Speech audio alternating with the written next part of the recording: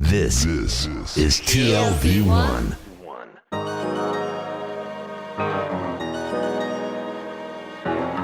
The Tel Aviv Review. Hello and welcome to the Tel Aviv Review, brought to you by the Van Leer Jerusalem Institute. I'm Dahlia Shenlin. And I'm Gilad Halpern. If you like us, please consider becoming a Patreon supporter by going to our homepage, tlv1.fm/Tel Aviv Review. Scroll to the bottom and click the big red button that says Patreon because we're counting on you. Every week we bring you interviews with authors of books, research on essential topical issues. Our guest today is Menny Mautner. He is Professor Emeritus of Law at Tel Aviv University. He's the author of numerous books, including two that have just been published, almost in parallel. One is called Liberalism in Israel, History, Problems and Futures. And another is a dystopian novel entitled Yes We Can, well, in Hebrew it's Hen Efshar, which is roughly the same, a futuristic Middle Eastern tale. The two books, both have appeared only in Hebrew, deal with similar issues that we're hoping to go to the bottom of in the next 30 minutes or so. Professor Menny Mautner, hello and welcome to the Tel Aviv Review. Thank you. Hello, and thanks for having me. So is there such a thing as, quote-unquote, homegrown Israeli liberalism? Because your review of the history of liberal thinking in Israel's political and legal culture treats it as a sort of a foreign actor who entered Israeli society and has been struggling in an unnatural environment almost ever since. Yeah, in a sense that is correct. I think that there are several ways to tell the story of Israel's liberalism. One, for instance, is to focus on the history of liberal parties in Israel. Another is to focus on the life of Israel's middle class and upper class in both the pre-state and in the state period. I think that an important way to understand Israel's liberalism is that of focusing on Israeli law. And by that I mean, first and foremost, the law created and applied by the courts. The reason why the law is so important for understanding Israel's liberalism is that Israeli law serves as the number one agent for introducing liberal values into the country's political culture. And Israeli law plays this highly important role as a result of historical processes that took place in the course of the 30 years of British rule over Palestine in the years 1918 to 1948. Interestingly enough, right from the start, the British embarked on a project of anglicizing the local legal community and the local legal culture in Palestine. As early as 1921, even before they received the mandate over Palestine from the League of Nations, they established a law school in Jerusalem whose purpose was to train local lawyers by way of internalizing English legal materials. In the ensuing years, the British enacted widespread legislation borrowed from English law. However, the most important thing they did was to create an affiliation between the culture of the local legal community in Palestine and English legal culture. And here is the crucial point. Every letter of English law embodies liberal values. Now, after the establishment of the State of Israel, the Jewish lawyers of the mandate period became the judges of the new state. The lawyers of the new state and the law teacher of the new state. Because English law is liberal law, then without being fully aware of it, all of the judges, lawyers, and law teachers of the country have been serving as agents for the introduction of liberal values into the country's political culture. But Menny, there must be something beyond the legal sphere, something about the political culture of this place, because it's what you're saying, the inculcation of the legal generation, as it were, in Palestine by the British was an imperial practice that I'm assuming also happened elsewhere. And also in neighboring countries that were under Britain's influence. I can think maybe Jordan is just an example. I'm only guessing. But whereas in Jordan, that's also under great British political and cultural influence, there wasn't any liberal values imported and implemented. In Israel, they were. Wouldn't you say that there was something about the political culture that enabled that?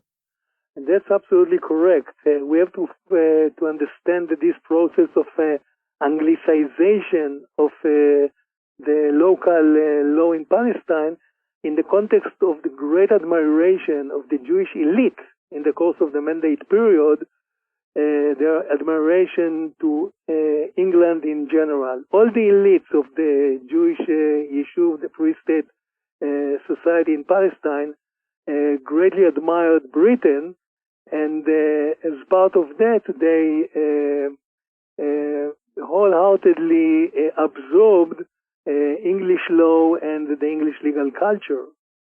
But you're calling this the elite, and it's the second time that you've referred to something that connects liberalism to an elite culture, because you said another way of looking at it would be to examine the fortunes of the middle and upper class, which I also interpret as you associating liberalism with the elite. Wouldn't it be just as important to say, well, the early Zionist leaders, the early thinkers within, the formative years of Zionism had an affinity for this. Of course, they became the elite, being the early generations of Zionist leaders. And why would you associate it only with the middle and upper classes and not think about liberal values in terms of lower classes as well? Is it true that you look at liberalism primarily as something that belongs to the elite? Yes, I do. This is an intricate issue. On the one hand, we had prominent thinkers such as Theodor Herzl and Jabotinsky, whose writings are clearly liberal. These are two Zionists who are also liberal thinkers. And not people with an innate connection to the British Empire. Right, of course. Theodor Herzl passed away in 1904. Right. But the pre-state Yishuv, the pre-state society in Palestine, was led for most of the time by the labor movement, which was not necessarily liberal. It was pro-West, it was pro-European, but it was socialist or social democratic, but not necessarily liberal. So there's a complexity here. We talk about the elite in the sense of the educated classes, the lawyers, and the lawyers definitely, without understanding it, these processes even became, I think, the number one agent for introducing liberal values into the pre-state society, and after that into the political culture of the state of Israel. When it comes to Israel, we always, get bogged down in the tension between its Jewish character and its democratic character, right? I mean, there's so many people have theorized on it, and most agree that they both can live in some sort of harmony, but there's always a tension between them. Where does liberalism, in your analysis, fit into this? I would venture that liberalism is perhaps the case in point of the democratic component of Israel's political culture. Yes, I think that in order to understand this issue, we need to get back as to the rise of the Jewish Enlightenment movement, as far as the rise of the Jewish Enlightenment movement in Berlin of the second half of the 18th century. Now, the rise of Jewish Enlightenment in Berlin of around 1780 gave birth to the War of Cultures, which is perhaps the central trait of the life of the Jewish people in the past 250 years. Now, one camp in the War of Cultures had advocated for linking Jewish culture to European culture, that is to say, to Western secular liberal culture. The other camp has been standing for tying Jewish culture to traditional Jewish civilization and the Halakha. In the last decades of the 19th century, this war of cultures between these two camps almost tore apart the young Zionist movement led by Theodor Herzl. in most decades of the 20th century, it seemed as if the Western secular option enjoyed a decisive victory over its rival. But then, and now I get to your question, Gilad, in the 1970s, the war of cultures re-erupted, this time, I think, with great vigor and intensity.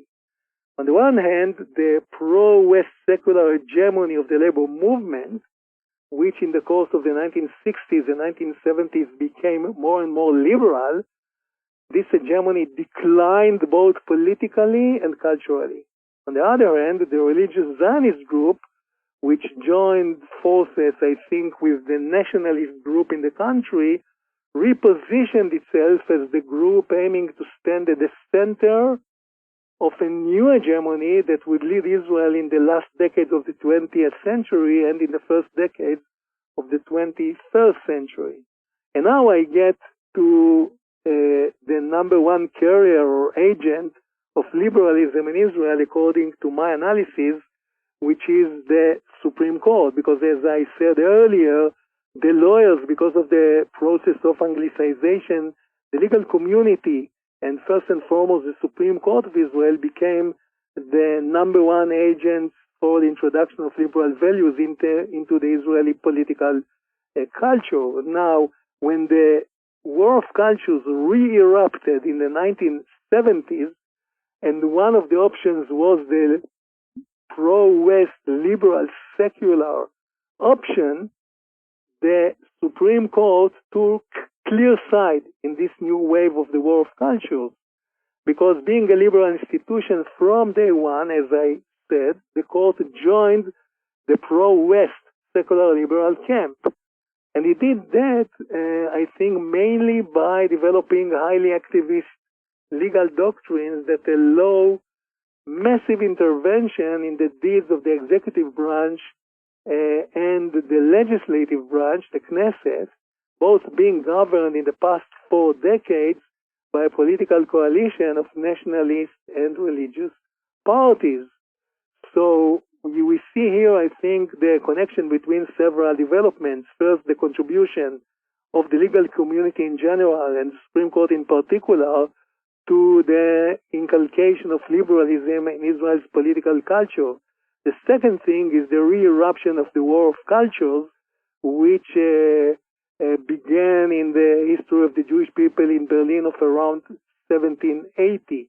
And the re-eruption took place began in the 1970s, and I think that this new wave of the War of Culture was fairly vigorous and fierce.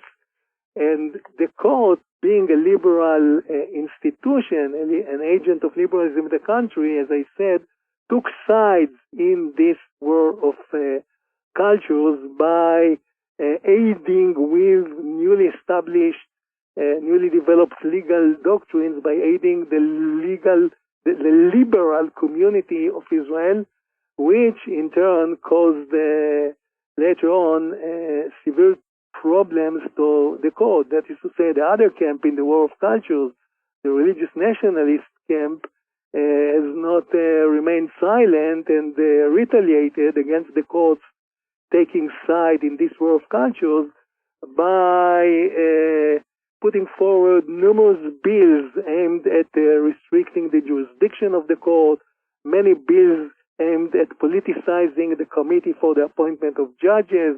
And I think the peak of this countermeasure taken by the religious and nationalist group in Israel was the May 1918 Basic Law, Israel, the nation state of the Jewish people. 2018. I want to ask you, I want to back up a little bit. I mean, there's an assumption here that the court, and maybe the judiciary, but you do focus on the court, took this initiative to take an activist stance and begin interfering in the legislature and the executive. I want to ask you, why would we not look at it in the opposite way? That there were policies coming out of the legislature and the government that people found to be disruptive or violating values, including liberal values, that are in fact quite organic to Israeli society, I might argue, and we can discuss it, and that those people petitioned the court and asked the court to rule on these issues. Why do we assume that the court was taking this initiative to go against somehow the legislature, and the executive, when in fact people, it might have been the opposite process, that the court was called upon to do this? I mean, of course, the court does not make laws. The court only interprets laws. So why wouldn't we look at it like that? It's an interesting point. My analysis is that we have to focus on the social group, which I call the liberal former hegemons. These are the heirs of the labor hegemony, people who matured in the 1960s and 70s, usually well-to-do, highly educated, and with clear pro-Western and liberal inclinations. Now, these people found themselves, after the political turnabout of 1977, in opposition, and they found themselves in political opposition for many, many years to come. And not only that, they found their culture, which was pro-Western, secular, and liberal, challenged by the rising claims of the religious group to be the leader, for it to be the leader of the new hegemony of the last decades of the 20th century and the early decades of the 21st century. So here we have a group of highly educated people with liberal, pro-Western, secular inclinations who found themselves losing in the politics of the elections time and again for over 4 decades now, and found themselves being culturally challenged by the nationalist and the religious groups, and these two groups operate in tandem in Israel. So this group had the option, I think, of doing one of two things: either going to doing politics in the old-fashioned way, that is to say, going to people, talking to them, trying to persuade them, etc., or they didn't do that, and this is what they did, instead of doing politics on the ground with the people, they started an endless wave of petitions to the Supreme Court, all meant to be part of their political battles with the other group, the nationalist and religious groups, who then became the leaders of the political system. So there's a shift here in the political tactics, political strategies of the group I call the former the former liberal hegemons. And you also just call them the group sometimes. The group. Sometimes. Yes. And they diverted their political activities from the political system where they lost, from the battleground over cultures where they've found themselves challenged. They diverted their political activities to the court. And the court eagerly collaborated with them because they were pro-West, liberal, secular people. And the court, as I said, from day one, was the number one liberal agent in the state's political culture. But I have to ask you, I mean, you make it sound like this is a small group, almost a cabal of elites supporting one another in a sort of collusion, as you put it, between the political losers and the agents of liberalism in Israel. But in fact, the secular liberal population of Israel, and I don't know if you know, I am a public opinion researcher. They are the plurality of Israeli society, not exactly a majority, but about, depending on how you count them, about 45% of Israeli society, where the national religious group, and the ultra-Orthodox together, are less than 1/4. Why shouldn't the people defending liberal values do that on behalf of such a large portion of Israeli society, especially when, in their view, these kinds of values, and maybe we should define them, would actually support everybody in Israel?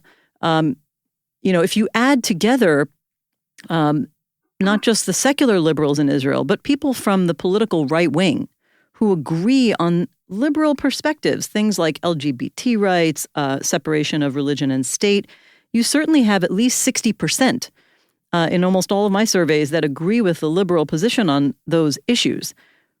Why is that necessarily a bad thing to try to defend them? Or is it a bad thing? You seem to be criticizing them. Are we right to read it this way? Here I think we have to distinguish between the objective situation of these people and the way they subjectively perceived their situation. Objectively, they lost many of their strongholds in the political system. For over 4 decades now, they, with a short interruption under the 4 years of Yitzhak Rabin's government in the early 1990s, for over 4 decades now, they have not led Israel's politics. They have not been in the government. So they lost much power in the political system. They have been challenged, as I claimed, in the cultural arena. In one context, they made major gains, which is civil society. These people, because of their better education, and because Israel's economy shifted more and more to become an education-based economy, that is to say, an economy based on high-tech and the financial markets. So these people in the realm of civil society made major gains and accumulated vast amounts of fortune in all these decades. So objectively, I think this is the situation. Losses, major losses in the political system, being challenged in the cultural arena, and making major and vast gains in the civil societies. So this is their objective situation as I see it. Now let me move to the subjective, to the way they subjectively perceive their situation. And here I coined the term anxiety. I spent wonderful 4 months reading all the Israeli press in the period between 1977 to 1995. Okay? I'm sure you were in a great mood after that. It was wonderful, really. You see the sports, the fashion columns, the pictures, everything. It was wonderful, really. And I found there a huge anxiety, a major anxiety of this group, particularly in Haaretz, which is obviously, clearly the newspaper of this group, major anxiety from what was taking place around them. And one major anxiety was the source of one one major source of the anxiety was the rising power of the religious groups. So here they talk about Israel becoming a new Iran, Israel getting back to the dark Middle Ages, Israel going to be governed by rabbis, extreme rabbis, etc., etc., etc. So you see great anxiety due to the rise of the religious sector. Another source of the anxiety was the rise of the power of the nationalist groups, which, as I said, operated in tandem with the religious groups. And here you see people talking time and again about the analogy of Italy in the 1920s and 30s, Germany in the 1930s, Spain in the 1930s, and people warning time and again that we are losing the democratic traits of our regime and becoming more and more an authoritarian, totalitarian, fascist kind of regime.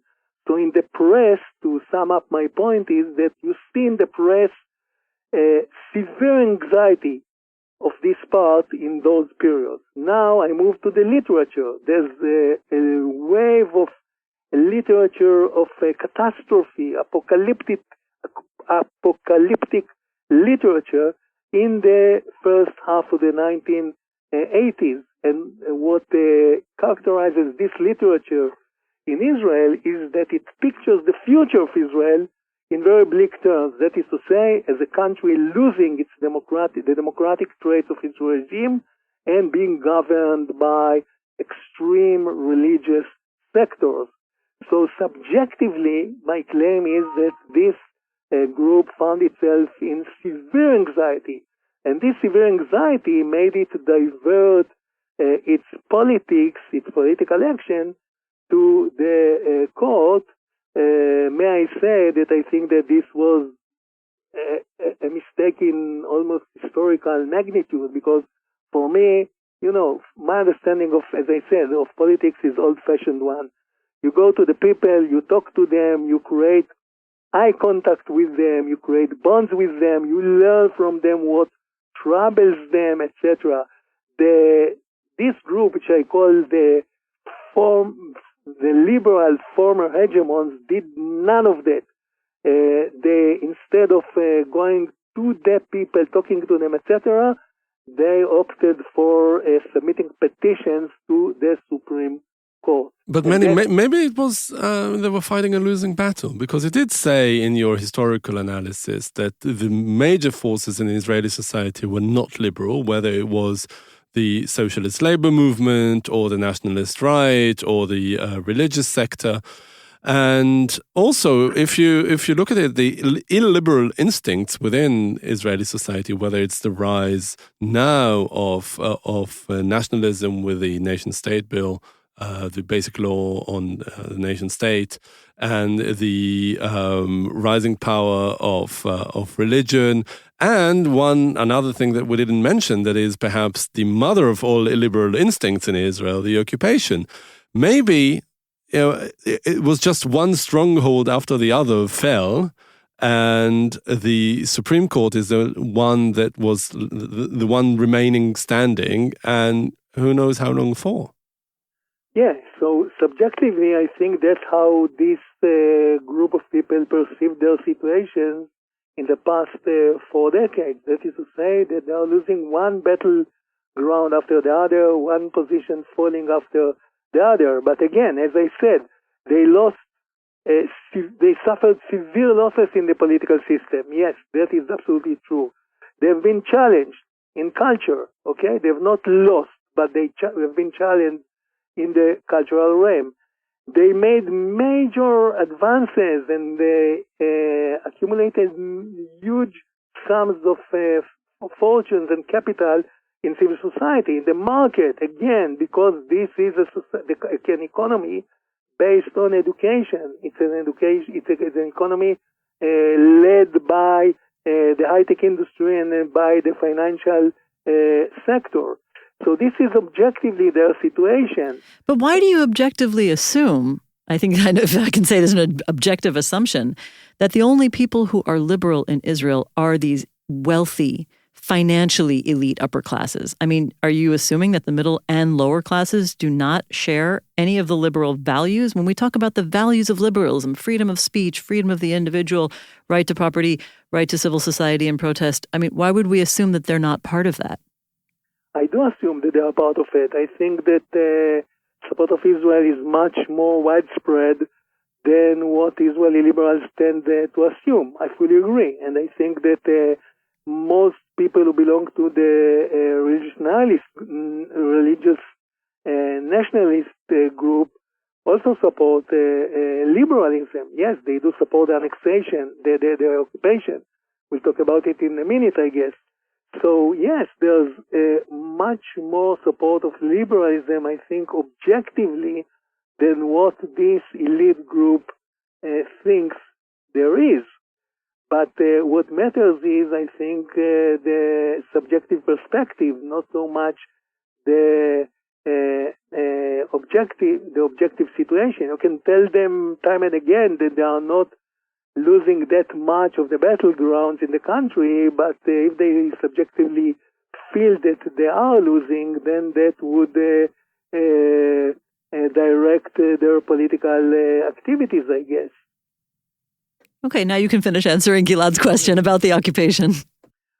Well, the occupation, let me say a few words then about the occupation. I think that the first thing we have to understand when we are talking about the occupation is that the occupation regime is diametrically opposed to every tenet of liberalism. No need to elaborate on that.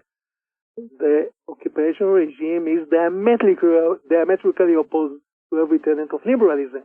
Now, this means, first of all, that Israeli liberals cannot affiliate themselves with Jewish nationalism, Zionism, in its current phase, whose core value, I think, is the continuation of the occupation and the expansion of the settlement project taking place under the occupation's auspices.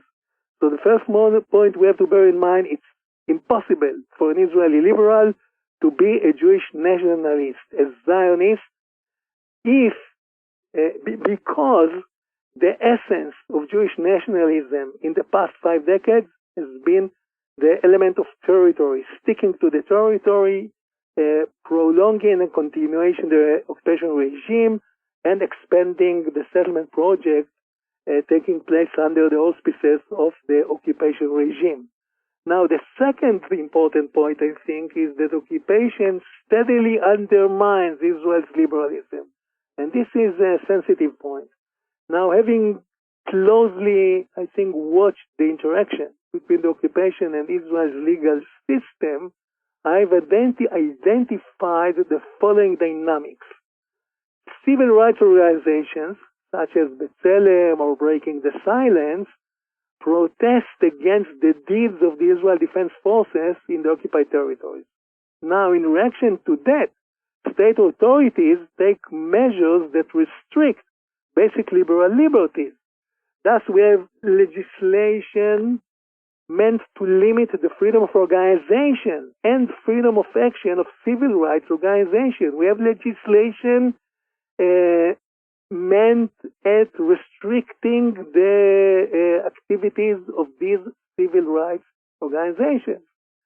Now, the government took action in addition to that for limiting the freedom of speech of these organizations, for example, by not allowing their representatives to take part in conferences held at the education system. In addition to that, there are dozens of instances in which the Ministry of Culture restricted finance of arts that expressed opposition to the occupation. In addition to all of that, the occupation undermines the rule of law, which is a central liberal value, needless to say, because time and again we face supporters of the occupation claiming that the occupation justifies violations of legal prohibition. The trial of this soldier, Elor Azaria, was a major example of that. Just to remind our listeners, a soldier who was accused of who committed an extrajudicial killing of an incapacitated terrorist who had attacked the soldiers not before. only was he a lousy soldier, he violated the basic laws, the criminal code and the code of military conduct. And people said that he should be pardoned and we should close our eyes to his criminal conduct because he did it for a good cause, the nationalist cause, the cause of the occupation, etc. So my claim is that, and this is one example, there are numerous other examples for this, that is to say that the occupation undermines this very central liberal value, the rule of law. And so I would argue that the occupation is the number one threat to Israel's liberal regime and the rule of law. And indeed, in my book, I cite two great Jerusalemite historians, Jacob Talmon and Yoshua Arieli, who warned already in the early phases of the occupation, in the 1970s, that is what would transpire along the road if the occupation lasts. That is to say, they said nationalism will overtake liberalism in Israel if the essence of nationalism would be the occupation. And this is maybe a good segue to your novel, recently published novel, Hen Efshar, Yes We Can, which is a dystopian novel. It really tells the story of what happens after everything, all the tensions that you describe now, lead to the collapse of the system as we know it. Do you see that your literary work in fiction perhaps is complementary to your scholarly work? Yeah, absolutely. What troubles me is the future of Israel's society, and more specifically the future of liberalism in Israel. Being a lawyer and a legal scholar, and as I said, if you're a legal scholar in Israel, you constantly deal with liberal materials. Now, I want to share with you what were my motives in moving from my comfort zone of legal scholarship to literature. And I did it only once in my life, and I don't think that I'll ever do it again. Was it that traumatic? It's easier to be a law scholar than to be a novelist. It's very difficult. I can. It's hard. Let me put it that way. It's a million times more difficult to write a page of fiction than a page of scholarship, but it's a million times more gratifying. Yes, I have to admit that. So why did I do that? I think that since young age I attended many peace rallies and conferences organized by the Israeli left, and I noticed that repeatedly everybody talked about the occupation and about the measures that need to be taken for reaching a peace settlement with the Palestinians. But at a certain point in time, I noticed that nobody talked about how life in Israel and in the region would look like the day after we reach peace. This is, I think, an interesting point. Everybody talks about peace, but to the best of my knowledge, nobody ever tried to imagine the daily lives of Israelis and Palestinians once we reach this promised land called peace in the region. So I wanted to tackle this issue in the book, and I also wanted to deal with the question how Israel will move forward to the next historical chapter in its life, the chapter of peace with the Palestinian people. And here I am in disagreement with the late Amos Oz. Oz, as is well known, was a great author and a great publicist. There's no doubt about that. And in what is known as Oz's last lecture, a lecture delivered by him at Tel Aviv University in June 2018, 6 months before his passing away, Oz argued that peace with the Palestinians will be reached as part of Israel's regular politics, so to speak. That is to say, there will be a politician, maybe he or she is already with us now, said Oz, who will persuade the Israeli public that we need to give back the occupied territories and reach peace with the Palestinian people. Now, unfortunately, I think that in this point, Oz, with all his greatness, was wrong. Henry Kissinger, this wise, sinister person, taught us to think politically with the aid of historical analogies. And my analogy is the Yom Kippur War of 1973. Within the span of time of 19 days, Israel, then with a population of 2.7 million Jews only, lost 2,700 soldiers. Now, to give you a sense of the magnitude of this disaster, of this catastrophe, this is the equivalent of the United States losing 330,000 soldiers in that short span of time of 19 days. Now, bear in mind that in over a decade of the Vietnam War, the United States lost 50,000 soldiers.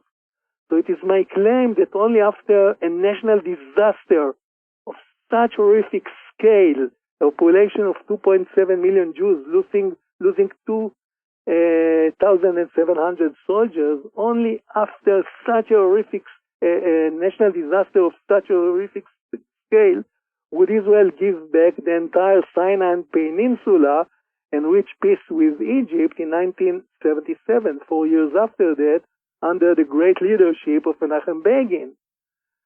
And here I conclude my point. Unfortunately, it is my view that only after a catastrophe of such a magnitude will Israel withdraw from the occupied territories and reach peace with the Palestinian people and with other Arab states in the region. And this is the point, the second point I wanted to make in the book. So the catastrophe is the end of liberalism, when the illiberal forces actually win.